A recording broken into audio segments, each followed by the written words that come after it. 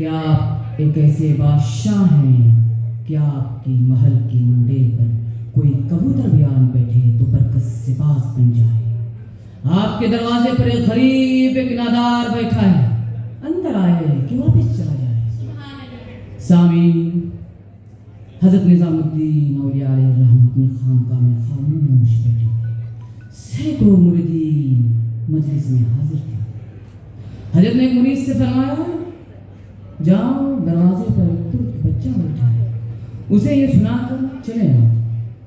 اس میں لکھا تھا، حقیقت کے میدان کا مرد اندر آ جائے تاکہ وہ کچھ دیر ہمارا راستار بن جائے، لیکن اگر وہ نادان و نہ سمجھے تو جس راستے سے آیا ہے واپس چلا جائے۔ صاحب خسرو حیران و پریشان ہو گئے۔ حضرت نظام الدین اولیاء کے قدموں میں گر کر زاروں قطار رونے لگے اور دیکھا کہ اور درخواست کی کہ پوری زندگی مجھے اپنے آستانے کے لیے قبول فرما لیجیے۔ حضرت نے بخوشی شرف قبولیت بخشا اور ان کو حلقۂ بگوش کر لیا۔ ماں نے جب دیکھا تو کہا، لو پھر سوار ہو گیا سیر و سائری کا بھوت، اسی کا تو علاج کرانے لائے تھے۔ حضرت اٹھے اور امیر خسرو کو گلے سے لگا لیا۔ حضرت امیر خسرو اپنی والدہ کی طرف دیکھتے ہیں اور عشق و محبت میں ڈوبی ہوئی قوالی کرتے ہیں، آج رنگ ہے اے ماں، آج رنگ ہے۔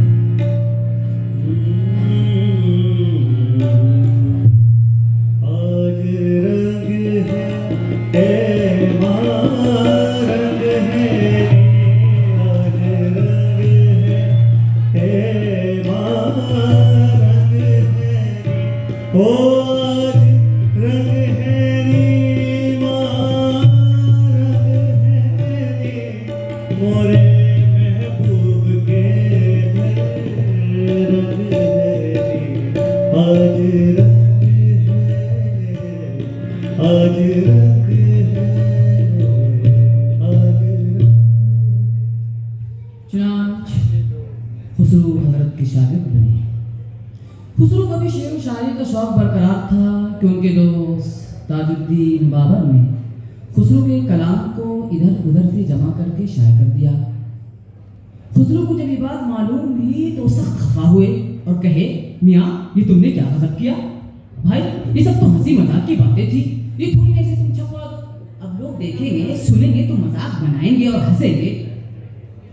میاں خسرو سنو، جو پڑھے لکھے ہیں وہ تمہاری اس محنت کی قدر کریں گے، تمہاری حوصلہ افزائی کریں گے، اور جو ان پڑھ ہیں اگر وہ مذاق اڑائیں کچھ کہیں بھی تو ان بے عقلوں سے ڈرنا اپنے آپ میں اس سے بڑی بے عقلی ہے۔ سامعین، امیر خسرو اپنی تجارت کے سلسلے میں ایک بار دہلی سے باہر گئے اور حضرت نظام الدین اولیاء علیہ الرحمہ کی خدمت میں ایک شخص حاضر ہوا۔ اس نے کہا، حضور میری بچی کا بیاہ ہے، حضور کچھ عنایت کر دیتے، حضور کچھ رقم مل جاتی تو بڑا سہارا ہوتا۔ حضرت نے فرمایا، تم آئے تو ہو، ایسا ہے نہیں کچھ فی الحال میرے پاس، ایسا کرو تم میری جوتیاں لے جاؤ، شاید یہی تمہارے کسی کام آ جائے، یقیناً تمہارا کام بن جائے گا انشاءاللہ۔ اس شخص نے جوتیاں لی، تھیلے میں رکھا اور چل دیا۔ امیر خسرو جو واپس لوٹ رہے تھے انہوں نے خادم سے کہا، مجھے شہد کی خوشبو آتی ہے، معلوم کرو شیخ صاحب تشریف لائے ہیں کیا؟ معلوم کرنے کے بعد بتائے، نہیں حضور۔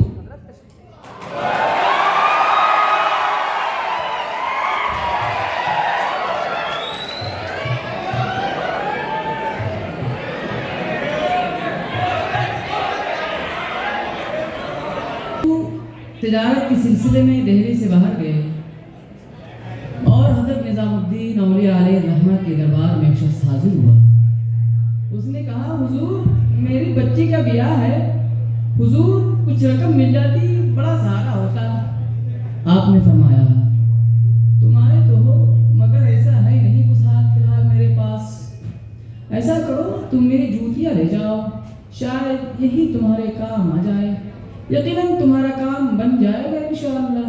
اس شخص نے جوتیاں لی، تھیلے میں رکھا اور چل دیا۔ امیر خسرو جو واپس لوٹ رہے تھے انہوں نے خادم سے کہا، مجھے شہد کی خوشبو آتی ہے، معلوم کرو حضرت تشریف لائے ہیں کیا؟ معلوم کرنے کے بعد بتائے، نہیں حضور حضرت تشریف نہیں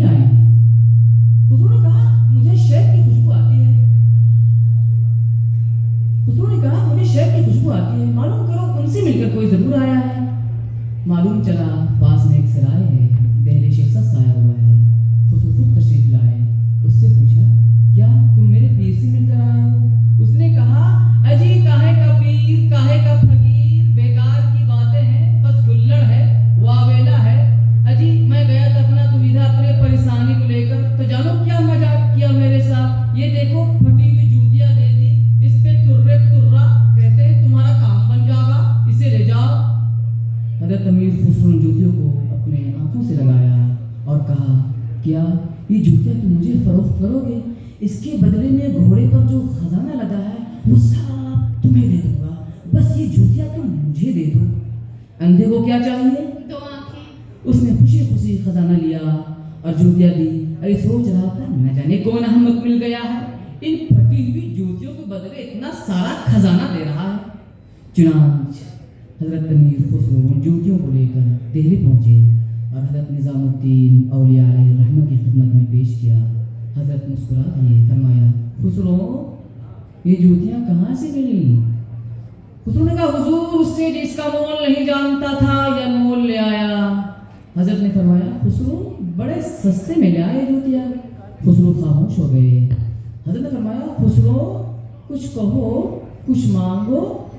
خسرو نے کہا حضور میں چاہتا ہوں میرے کلام میں شیرینی آ جائے۔ اچھا شیرینی چاہیے تو 4 پائے کے نیچے شکر ہے، شکر کھا لو، منہ میں شیرینی آ جائے گی۔ اب خسرو کہتے تو کیا کہتے، کرتے تو کیا کرتے، اٹھائی تشتری کھایا اور جو بچ گئی اپنے ساتھ لے گئے۔ اگلے روز پھر خانقاہ میں حاضر ہوئے۔ حضرت نے فرمایا خسرو وہ بقیہ شکر کا کافی ہے۔ خسرو نے کہا حضور میں کیا کرتا اتنی مٹھاس کا، کچھ کھائی بقیہ لوگوں میں تقسیم کر دی تاکہ ان کو بھی مٹھاس ملے۔ حضرت نے فرمایا خسرو جو تم نے لوگوں میں تقسیم کی ہے وہ تمہاری وراثت ہے، اس میں یعنی زبان ریختہ میں بھی ایسی مٹھاس رہے گی جتنی کی شکر میں تھی۔ اسی طرح تمہاری شاعری، تمہارے گیت، تمہاری قوالی، تمہاری داستانیں ایسی ہی چاشنی میں ڈوبی ہوں گی اور لوگ اسے برس تک سنتے اور سناتے رہیں گے۔ مثال کے طور پر زہار وسکی،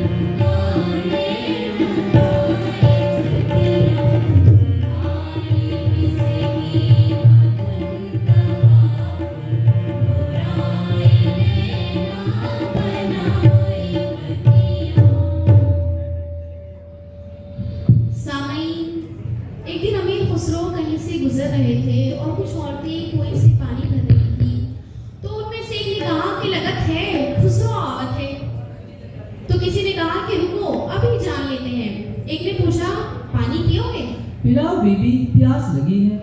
اچھا پانی تو پی ہی لوگے، یہ بتاؤ کچھ سائی مائی جانوں کو اصلی خسرو ذرا کچھ سناؤ۔ ایسا کرو تم کھیر پر کچھ سناؤ۔ اے چھوڑنا، کھیر پر کیا رکھا ہے؟ اجی میں کہتی ہوں تم سناؤ چرخا پر۔ چرخے پر کیا ہی سنے گی؟ میں کہتی ہوں تم سناؤ کتا پر کچھ سناؤ۔ اے چھوڑنا، کتا مردار، کتے پر کیا ہی سنے گی؟ میں کہتی ہوں تم سناؤ ڈھول پر۔ تو ایک سکھی نے کہا کھیر، ایک نے کہا چرخا، ایک نے کہا کتا اور ایک نے کہا ڈھول، اور امیر خسرو نے وہیں بنا دیے بول۔ کھیر پکائی جتن سے چرخا دیا چلا، کھیر پکائی جتن سے چرخا دیا جلا، آیا کتا کھائے گیا تو بچی ڈھول بجا، لا پانی پلا۔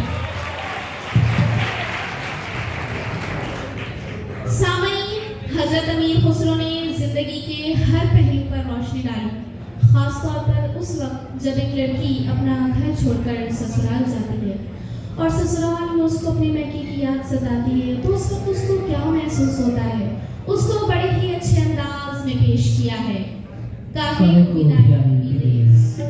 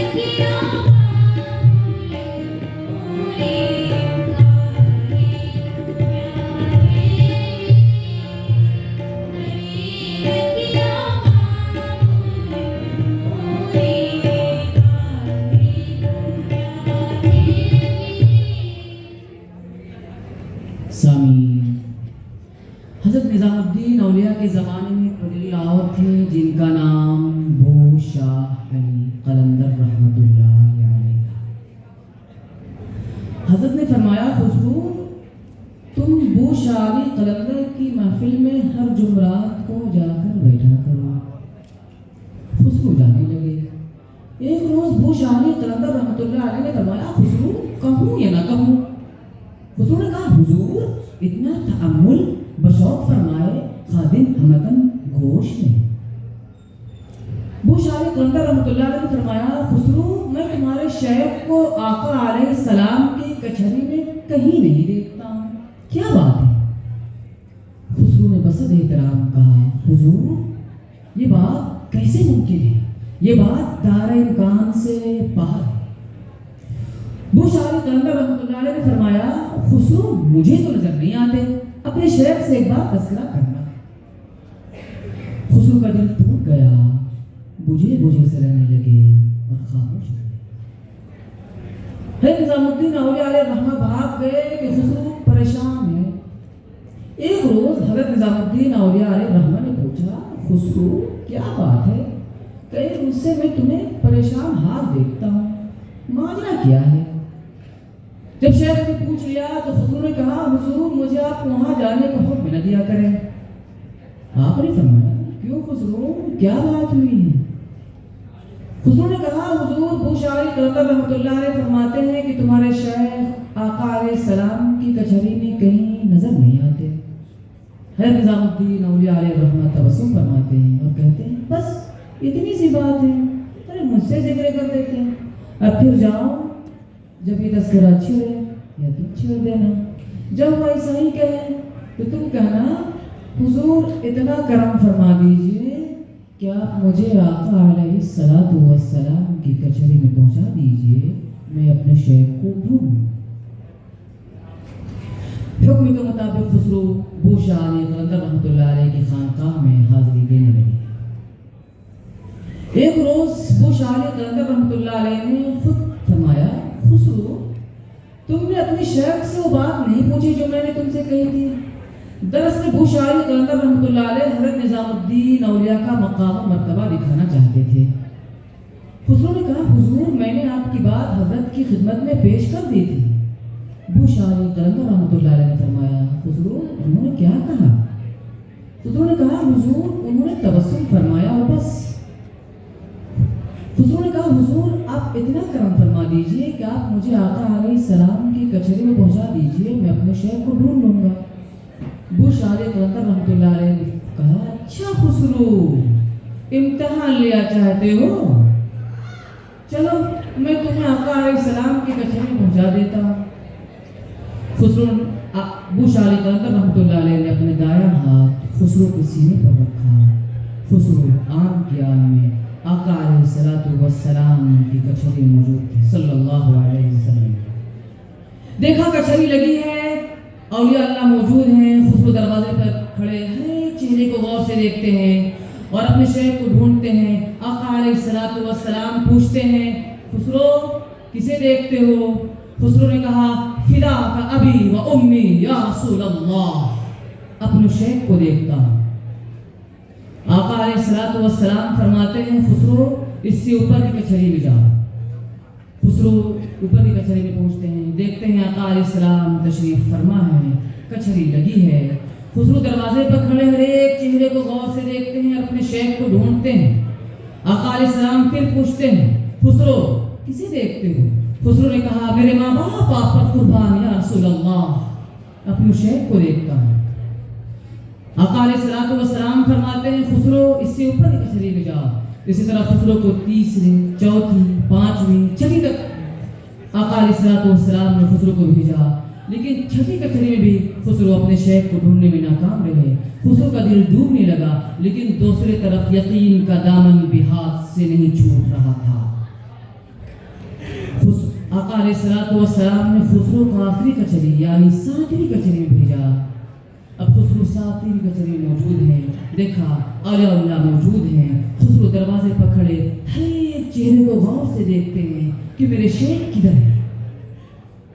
یہاں بھی شیخ نظر نہیں آ رہے ہیں، ان کا دل دل ڈوبنے لگا. وہ پریشان ہو گئے کہ یا اللہ اول سے آخر تک دیکھ لیا, شاید کہیں نہیں ملے. پھر آقا علیہ الصلوۃ والسلام پوچھتے ہیں خسرو کسے دیکھتے ہو؟ خسرو نے کہا میرے ماں باپ آپ پر قربان یا رسول اللہ, اپنے شیخ کو دیکھتا ہوں, اول سے آخر تک دیکھ لیا ہوں, کہیں نہیں ملے. اللہ کے رسول صلی اللہ علیہ وسلم کے سب سے قریب چہرے پر پردہ ڈالے ایک بزرگ بیٹھے تھے. آپ صلی اللہ علیہ وسلم نے کہا پردہ اٹھا کر کبھی پیچھے بھی دیکھا کرو. جب انہوں نے پردہ اٹھایا, پیچھے دیکھا, آنکھ کے آن میں بجلی چمک گئی. وہ خسرو کے پیر حضرت نظام الدین اولیاء علیہ رحمت ہے. خسرو فرتے جذبات میں شیخ کی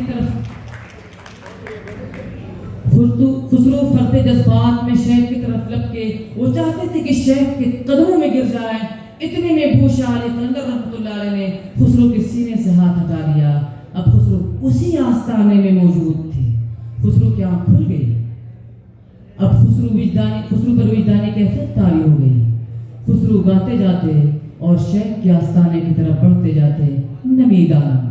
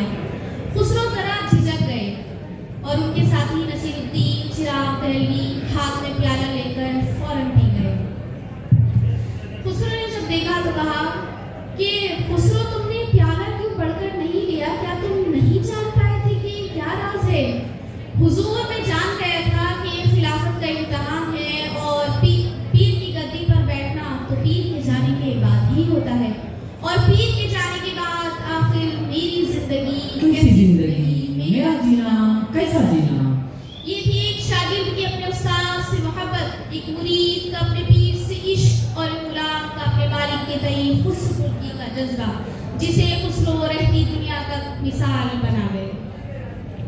سامعین, امیر خسرو ابھی دہلی سے باہر تھے کہ انہیں خبر ملی کہ ان کے پیر, ان کے مرشد حضرت نظام الدین اولیاء اس دنیا سے رخصت ہو گئے. انا للہ و انا الیہ راجعون.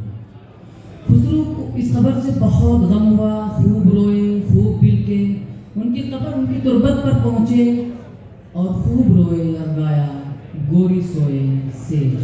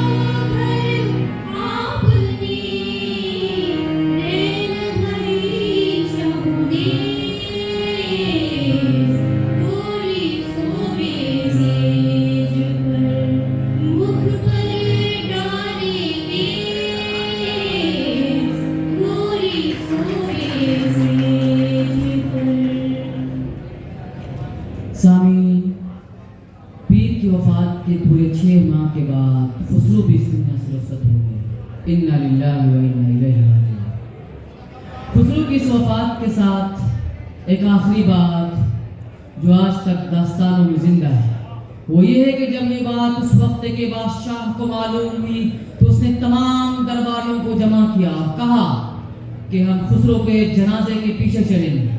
درباریوں نے کہا حضور بادشاہت کا اصول ہے کہ بادشاہ اس جگہ پہنچ جاتے ہیں جہاں جنازے کو آنا، لیکن بادشاہ نے وقت کی آنکھوں میں جھانک اس تاریخ کو پڑھ لیا جو آج بھی داستانوں میں زندہ ہے کہ بلاؤ داستان سنانے والوں کو اور تاریخ نویسوں کو کہ آج تم جو تاریخ لکھتے ہو ممکن ہے کل مٹا دی جائے اور کوئی نہ جانے کہ دہلی میں تغلق سلطنت تھی، کوئی فیروز شاہ تغلق تھا، لیکن جب بھی خسرو کا ذکر ہوگا رہتی دنیا تک اس کا ذکر ہوگا تب لوگ یہ کہیں گے کہ خسرو کے جنازے کے پیچھے بادشاہی وقت چلے تھے۔ اس طرح ہمارا ذکر رہتی دنیا تک ہوگا اور خسرو کے کلام رہتی دنیا تک گائے جاتے رہیں گے۔ مثال کے طور پر چھاپ تلک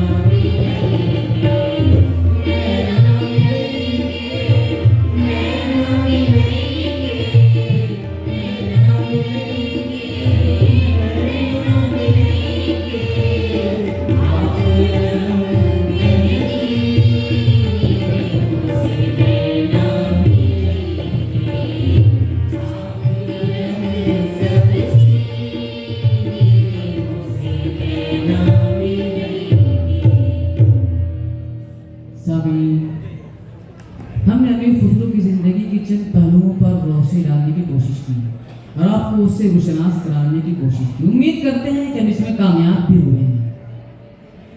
امیر خسرو کی زندگی اتنی ہمجہت اور اتنی پرکشش ہے کہ اتنی سے مختصر سے وقت میں تمام پہلوؤں پر روشنی ڈالنا ناممکن ہے۔ مسافر ہیں ہم بھی، مسافر ہو تم بھی، کسی موڑ پر پھر ملاقات ہوگی۔